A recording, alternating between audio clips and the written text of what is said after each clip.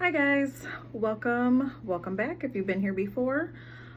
This is another very quick episode of Whips and Whatnot.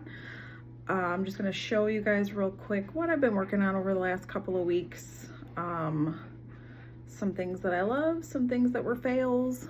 So to get started, very first thing that I'm going to show you is I finished the pocket shawl that I was working on in my last episode.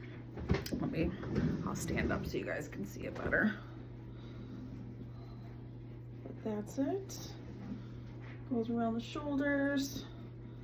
It's got pockets, some tassels. I really love this. This was my favorite thing that I've finished. It's just this bright purple color. It makes me happy. It's a nice little added layer for warmth, you know, because it's the middle of winter and it's freezing cold outside. So, and we live in an old kind of drafty house. So having a little extra something to throw on is just kind of nice and cozy for this time of year. So I finished this, love it.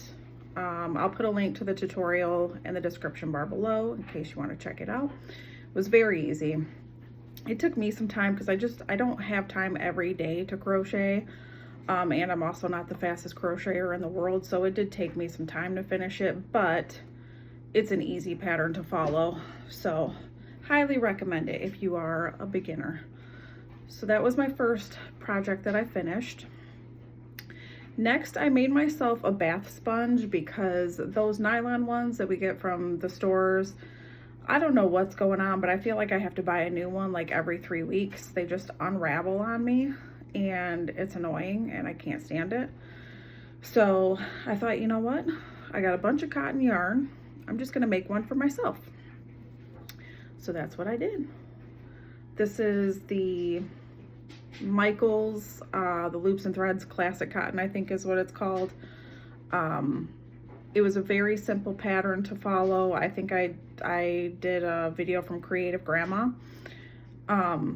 Super easy to work up. It was a nice project to work on because it was something that I finished quickly and it was like that kind of instant gratification, you know, dopamine hit. So I liked that. But in terms of functionality, I hate it. I'm actually getting rid of it. I don't know if this is true of like all cotton. Maybe it's because of just the weight of this cotton. Maybe it's too thick of a yarn, but it just absorbs everything. Like when I say it absorbs everything, like body wash, soap, whatever I put on it, it's like it absorbs it and it doesn't transfer any of it to my skin when I'm washing myself. So that's not ideal.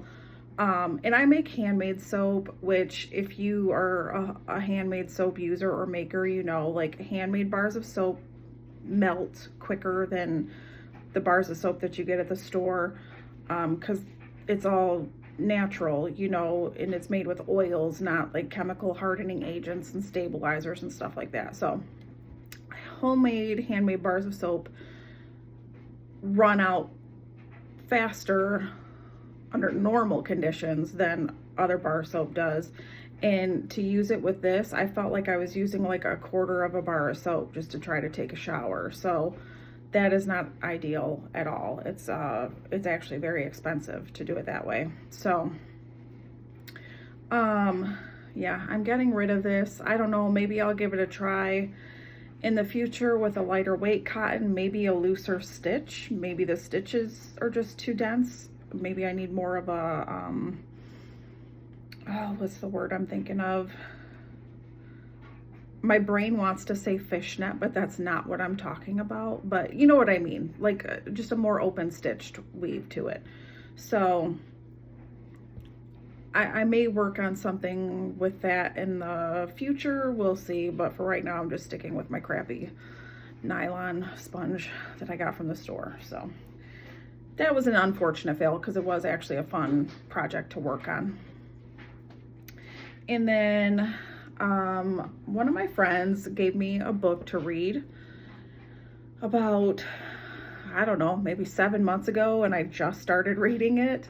I've just been kind of holding it hostage. I didn't realize until she said something recently that she hadn't even read it herself. Like, she bought it and then she gave it to me right away because I had mentioned it. So I finished reading her book, and as a gift for holding her book hostage, I also made her a book sleeve to go with it. So this is also just a cotton. I used the Lily Sugar and Cream cotton to make this in the colors black and ecru, and it's just a simple granny square. Let me pull this out. Let's see. It's a simple granny square book sleeve. 15 rounds, easy to work up. I've found a tutorial for like heart-shaped bookmarks, and I just followed that for the string that wraps around and attached it to one corner, to the top corner, and so that she can keep everything tight inside there. But I really liked this. I enjoyed this project. It was kind of one of those nice, semi-quick, kind of mindless things to work on. And I fully intend on making one for myself. So let me take my bookmark out of there. But yeah, I really enjoyed it. So I'm gonna make one of these for myself soon. So that was that.